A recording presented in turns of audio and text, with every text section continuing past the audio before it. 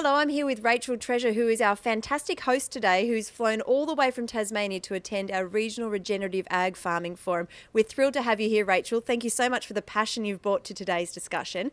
Tell me a little bit about what got you into regen ag and why you love it so much. Well, it was 2009 and drought was biting, much like the times we're experiencing now in the Hunter region. And NRM brought Colin Seiss down, who's pasture cropping speaker that we have here today, and it was a light bulb moment. I'd been a rural journalist and I'd heard other speakers, but they came from either science backgrounds or corporate backgrounds, and they're trying to sell you something. Colin spoke my lingo, farmer lingo, and a light bulb went on in my head. I suddenly knew I had answers to all the questions that I'd been asking about the farm failing financially, economically, it's the whole gamut, ecologically as well. So, let alone the pressures on the family. So that was 2009, and I haven't looked back. I have been studying regen ag ever since and putting it into practice in a very small way, but using that to inspire my books. For people who don't know what regen ag is, give us a little snapshot about what it is and how it's changed your lifestyle. So regenerative agriculture is a form of agriculture that uses Mother Nature, works with Mother Nature. You don't have to have costly inputs coming in and inputs that are unhealthy for our society, such as chemicals and artificial fertilisers. Regenerative agriculture builds soil health, and when we build soil health, we build nutrient health, and the food and the fibre that comes off that land is part of a holistic design of food and fibre production, and therefore it not just benefits the farmer who's working in an environment that is teeming with life, birds, insects, plant species and healthy, happy animals. It boosts his family, her family, and then in general the whole community. It's global. That's what I love about this work. We're networking with people all around the world. We've already heard from another presenters today who've just noticed miraculous changes upon their own properties.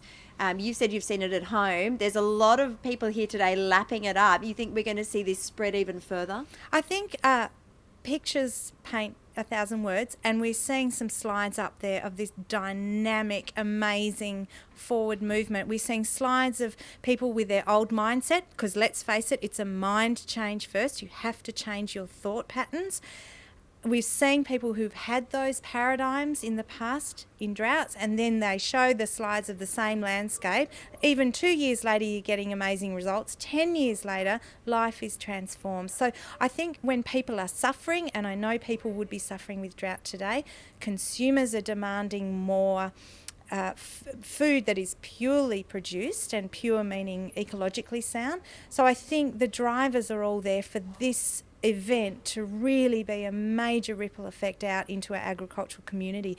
There's data now too. We can back it with science, what we've been doing. Some blokes have been doing this for 20 to 30 years. I've only been doing it a decade. So there's years of data now, and let's face it, the graphs are actually showing that people that farm this way are actually healthier and happier. We've proven it. And I suppose then you've got the diversification in the paddocks, you've got the better quality in your livestock, you've also got, as you're saying, the mental and physical welfare that comes with it. That's something that in the farming community we all talk about a lot as being on the downslide. So if there's a way to turn it around, maybe people need to sit up and listen. Well, yes, but people have to come to things in their own time, and I talk about the leverage for change, which often comes through crisis. It's not until we get an illness or we're broke, or life bucks us off, that we decide that we're not going to wake up and do this every day of our lives. So people have to come to it in their own time and in their own way. You can play with this on your own land. You don't have to. It's not some evangelistic conversion. You can just walk out your back door to your farm and look at the landscape and go, where can I feel happier in this landscape? Where can I be more profitable? And there are people that have already proven that. So the beauty of the internet is you can Google regen ag to your heart's content. You can watch clips like this and the clips that we're about to post. People all around the world are adopting it. It's a grassroots movement. It doesn't cost you a cent, and most of the information is free, because let's face it, all of the people that are pioneering this, money comes later. Ecology first, economics later, and I guess there's a vibe happening and it's spreading. That's great. Thank you so much for your time.